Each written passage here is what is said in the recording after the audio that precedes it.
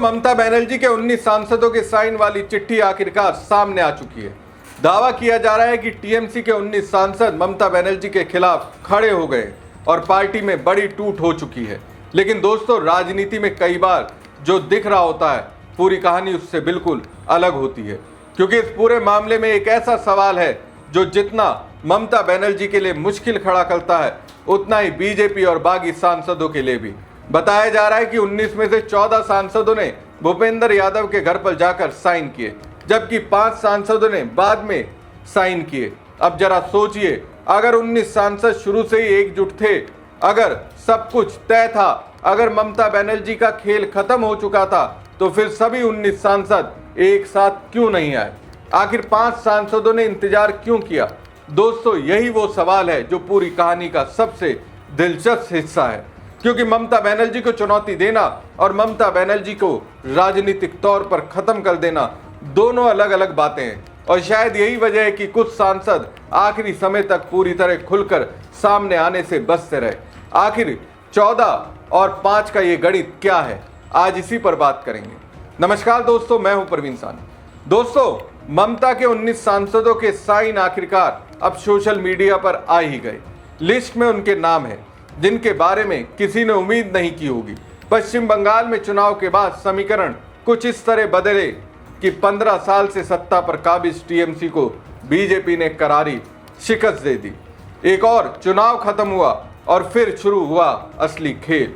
TMC के विधायकों ने बगावत कर दी और फिर ऋतव्रत बनर्जी को अपना नेता चुन लिया। अब सांसद भी कुछ इसी राह पर है और दावा किया जा रहा है कि 28 में से 20 सांसद बागी हो गए। इसी बीच बड़ी जानकारी सामने आई है कि सांसदों के बागी होने की पटकथा चुनाव हारने के 14 दिन बाद यानी 18 मई को ही लिख दी गई थी। ककोली घोष की अगुवाई में लोकसभा स्पीकर को पत्र लिखा गया, जिसमें सांसदों को अलग गुट के रूप में मान्यता देने की मांग की गई। साथ ही टीएमसी के बागी सांसदों का साइन किया हुआ लेटर भी सामने आ गया। इस पूरा घटना की हैरान करने वाली बात टाइमलाइन से जुड़ी हुई है।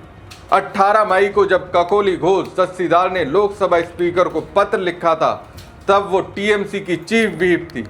फिर 20 मई को उन्हें टीएमसी ने इस पद से हटाया और कल्याण बनर्जी को चीफ व्हिप बनाया था। यानी चुनाव हारने के बाद ही इसकी पटकथा लिखी जा रही थी। ककोली घोष ने अपने पत्र में 28 में से 20 सांसद के समर्थन की बात कही थी। उन्होंने कहा था कि यह आंकड़ा 2/3 से अधिक है और ऐसे में उन्हें अलग गुट मानते हुए विपक्षी बेंच में अलग से बिठाने की व्यवस्था की जाए। टीएमसी से बागी होकर अलग गुट की मान्यता के लिए स्पीकर को लिखे गए पत्र में 18 सांसदों के साइन हैं। इनमें सबसे पहला साइन ककोली घोष दस्तीदार का है। इसके बाद शताब्दी रॉय, बापी हलदार, डॉक्टर शर्मिला सरकार, पलसून, जगदीश मनुसिया, असित कुमार मल, अरूप चक्रवर्ती, रचना बनर्जी, खलीलुर रहमान, अबू ताहिर खान, यूसुफ पठान, मिताली बाग, माला राय, कालीपद सोरेन, दीपक अधिकारी, जून मैल्या और पार्थ का साइन शामिल है। 18 मई को ककोली घोष दस्तीदार ने जो पत्र लोकसभा स्पीकर को भेजा, उस पर 18 सांसदों के ही साइन हैं। लेकिन इसके बाद सयोनी घोष भी बागी गुट के साथ आ गई। सयोनी ने लोकसभा स्पीकर को अलग से एक लेटर लिखा है, जिसमें उन्होंने ककोली घोष की अगुवाई वाली बागी गुट के समर्थन देने की बात कही है। दोस्तों, पिछले कई दिनों से दावा किया जा रहा था कि टीएमसी के 20 सांसद बागी हो चुके हैं। ममता बनर्जी अकेले पड़ गई हैं और पार्टी अब टूटने के कगार पर है। अब 19 सांसदों के साइन वाली चिट्ठी सामने आने के बाद इस दावे को बल जरूर मिला है। लेकिन दोस्तों, राजनीति में कई बार सबसे महत्वपूर्ण बात वो नहीं होती जो दिखाई जाती है, बल्कि वो होती है जो छिप जाती है। और इस पूरी कहानी में सबसे दिलचस्प सवाल है कि अगर 19 सांसद एक साथ थे, तो फिर भूपेंद्र यादव के घर पर केवल 14 सांसदों ने साइन क्यों किए? बाकी 5 सांसद बाद में क्यों आए? अगर सब कुछ पहले से तय था, अगर सभी सांसद एक मत थे, अगर सभी को अपने फैसले पर पूरा भरोसा था, तो फिर सभी 19 सांसद एक ही जगह एक ही समय पर सामने क्यों नहीं आए? दोस्तों, यही वो सवाल है जो बीजेपी के खिलाफ भी जाता है, क्योंकि इससे यह संदेश निकलता है कि आखिरी समय तक सभी सांसद पूरी तरह आश्वस्त नहीं थे। कुछ सांसद शायद स्थिति को भांप रहे थे, कुछ शायद राजनीतिक जोखिम का आकलन कर रहे थे, कुछ शायद ये देखना चाहते थे कि ममता बनर्जी की अगली चाल क्या होगी। और यही बात बताती है कि मामला उतना सीधा नहीं था जितना दिखाया जा रहा था। अब जरा दूसरी तरफ देखिए, बीजेपी समर्थकों द्वारा बनाया गया नैरेटिव ये कह सकता है कि 19 सांसदों के साइन आ गए, इसलिए ममता कमजोर पड़ गई।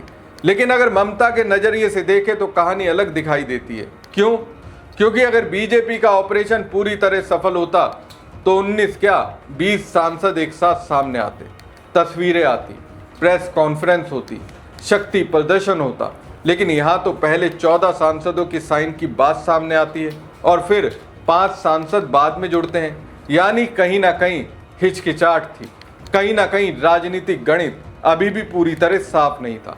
और दोस्तों, राजनीति में हिचकिचाहट का मतलब होता है कि फैसला दिल से नहीं बल्कि परिस्थितियों को देख कर लिया जा रहा है। यही वजह है कि मैं कहता हूं कि दबाव सिर्फ ममता बनर्जी पर नहीं है, दबाव उन सांसदों पर भी है, क्योंकि इसमें से ज्यादातर सांसद शत्रुघ्न सिन्हा नहीं है।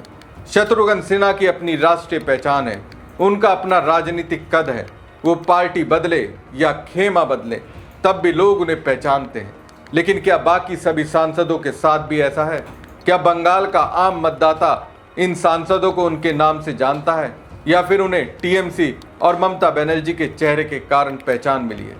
यही सबसे बड़ा सवाल है, क्योंकि अगर कल को राजनीतिक लड़ाई सदस्यता तक पहुंच गई, अगर उपचुनाव की नौबत आ गई, अगर जनता के बीच जाकर फिर वोट मांगना पड़ा, तब परीक्षा ममता बनर्जी की नहीं बल्कि इन सांसदों की होगी। ममता बनर्जी ने अपने जीवन में बीजेपी, कांग्रेस, लेफ्ट तीनों से लड़ाई लड़ी है, सड़क से लेकर सचिवालय तक संघर्ष किया है। इसलिए ममता के समर्थकों के बीच अभी भी एक धारणा मौजूद है कि जब जब उन्हें घेरा गया है तब तब उन्होंने वापसी की है।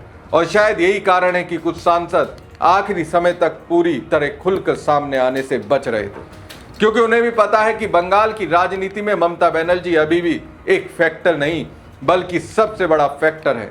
इसलिए दोस्तों, 19 साइन वाली चिट्ठी जरूर बड़ी खबर है, लेकिन उससे भी बड़ी खबर यह है कि 14 सांसद पहले और 5 सांसद बाद में क्यों आए। यही सवाल बता रहा है कि खेल अभी खत्म नहीं हुआ। और हो सकता है कि बीजेपी जिस ऑपरेशन को अपनी सबसे बड़ी सफलता मान रही हो, वही ऑपरेशन आगे चलकर उसकी सबसे बड़ी चुनौती बन जाए। क्योंकि संख्या जुटाना आसान है, लेकिन उन संख्याओं को आखिरी समय तक एकजुट रखना सबसे मुश्किल काम होता है।